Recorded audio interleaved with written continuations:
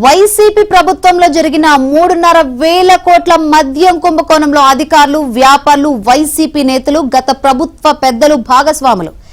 4 నెలలకు పైగా దర్యాప్తు చేసిన సిట్ 33 మంది నిందితులను గుర్తించింది.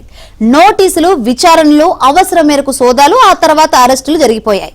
విచారణలో నిందితులు చెప్పిన సమాధానాలు ఎంతవరకు నిజం, అందులో అబద్ధాలు ఉన్నాయా అన్నదానిపై సిట్ అధికారులు ఇప్పుడు క్రాస్ ఎగ్జామినేషన్ చేస్తున్నారు.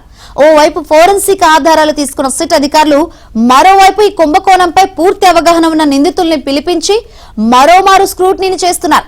ఇందులో భాగంగా A3గా ఉన్న ఎక్సైజ్ అధికారి సత్యప్రసాద్ ను 2 రోజులుగా ప్రశ్నించినట్లు సమాచారం.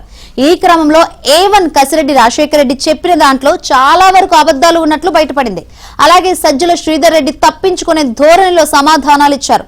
విజయసాయిరెడ్డి, చాణక్య, దిలీప్ దాదాపు వాస్తవాలు వెల్లడించగా ఎంపీ మిథున్ రెడ్డి చెప్పిన వాటిలో ఎక్కువగా తప్పుదోవ పట్టించేలా ఉన్నట్లు తెలిసింది.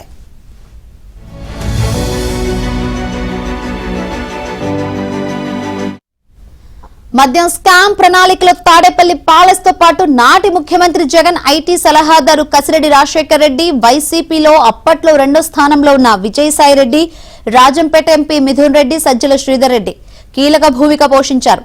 ప్రభుత్వమే షాపులు పెట్టి మద్యం విక్రయించాలనే పాలసీని రూపొందించడం నుంచి ముడుపులు ఇచ్చిన వ్యాపారులకే సరుకు ఆర్డర్లు ఇవ్వాలనే వరకు ప్రతిదీ ప్లాన్ చేయడంలో ఈ బ్యాచ్ కు ఎక్సైజ్ అధికారి డివి సత్యప్రసాద్ బాగా ఉపయోగపడ్డారు.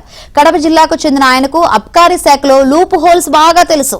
సిఐడి అధికారులు మొదట్లో సత్యప్రసాద్ తో పాటు APSBSL మాజీ ఎండీ వాసుదేవరెడ్డిని కూడా పిలిచి విచారించారు.